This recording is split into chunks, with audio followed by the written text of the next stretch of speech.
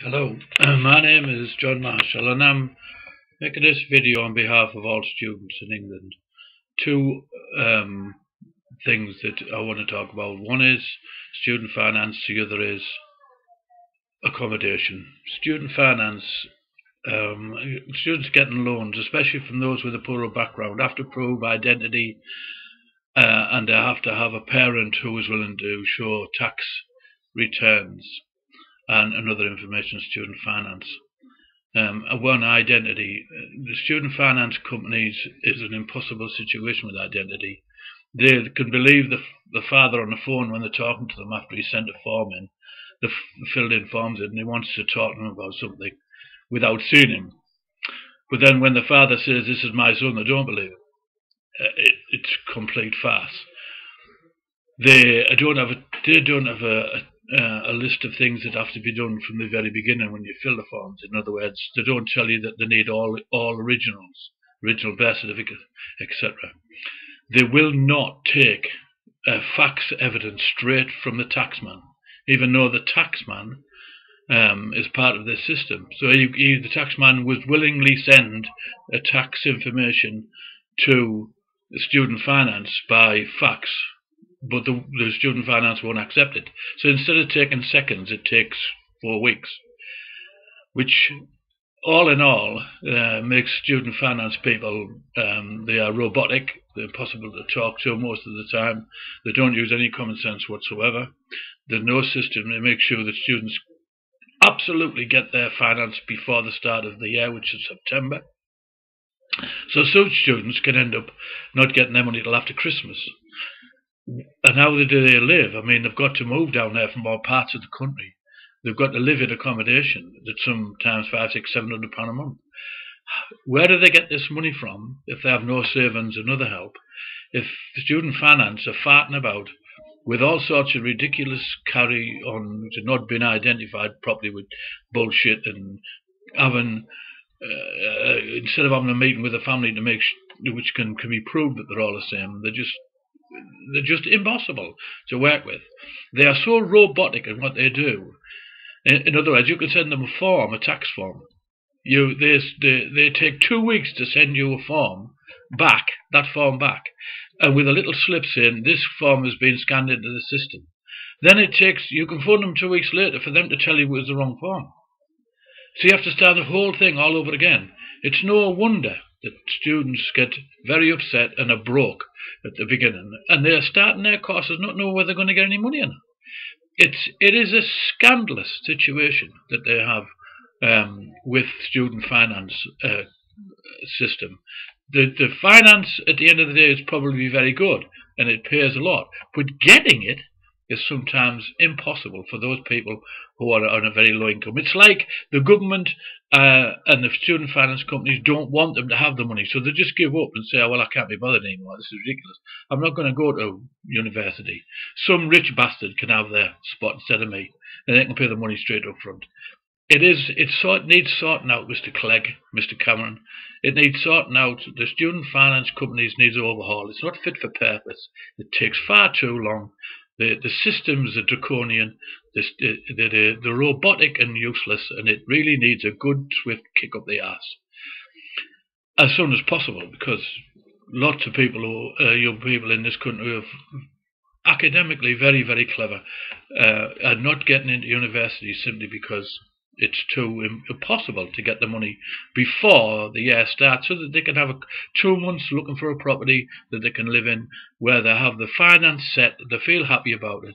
That's not there. It's absolutely all bad news, and it needs reporting in the newspapers. It should be splashed all over the TV screens to make sure that this situation gets the heading it needs to get it sorted out.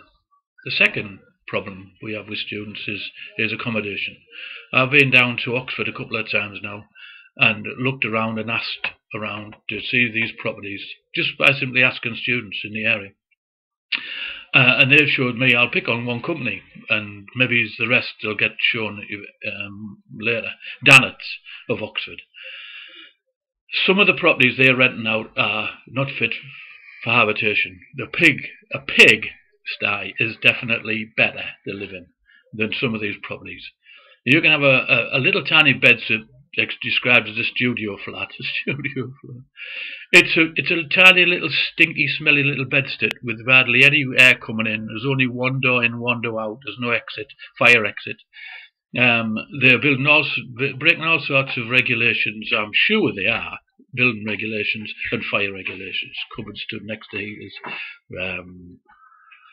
holes in walls, fans that don't work, spiders, muck and filth everywhere, flea-ridden beds. Dannets a scandal, and that's just one of the companies. They can't get repairs done, and these places you can't swing a cat in. No, a £600-700 a month. A month, £600 to £700 a month. Some of them are dangerous and should be investigated both by the local authority, Oxford Council, which to me looks like it's absolutely bloody useless at doing anything about this fair rent system and dangerous living accommodation. But something should be done with the people who own them and rent them out through Dannets. Dannets people drive around in Audis, sports cars, trying to look dead posh and get lots and lots of money off students, which then comes off us, the taxpayer. It really is a scandal that somebody can pay £650 a month for something that isn't worth £50 a month. You can get a council house with 4 bedrooms at £150, £200 a month. This tiny little flats that are seriously fire hazards, breaking all sorts of road regulations, that have no exit for fire, that are filthy beyond belief, that are rented out to students who are already in financial difficulty at £650 a month, that they end up having to pay back, is something that Nick Clegg, Cameron and others haven't grasped. And it's about time the newspapers and TV stations reported on them. The investigators go down and have a look at properties like Dannets properties and others, many others, and film them and put them on TV, put them on this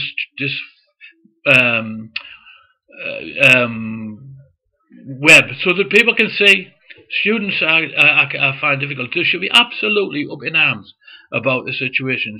The colleges should be up in arms, student bodies should be up in arms about the scandal that's going on out there, for the amount of money that's been ripped off by these greedy, slimy, slug shit people who just don't know how many more ways to rip off the public so they can justify their high living standards, and they'd take the whole thing off them, all of it, every stinking penny, including the houses, and put them in charge of somebody who can give a reasonable place for students to live in while they're trying to do their best for the country, because the people who own them now, they're just slime who don't belong in this country. They don't belong in any country. They don't belong in anywhere.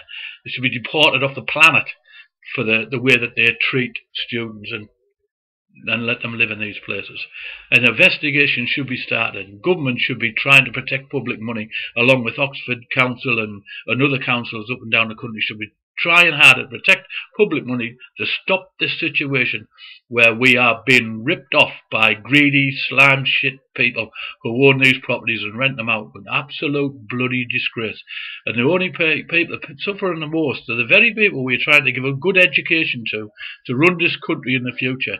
And they're starting off with 2 bad things: 1, accommodation, and 2, student finance. And it's a disgrace to our young people that we allow this to go on. So it should be stopped as soon as possible. That's my rant, and I'll keep on ranting about it, and then somebody decides to put this type of video on the screens and in the newspapers to try and end this scandal that students are having to put up with.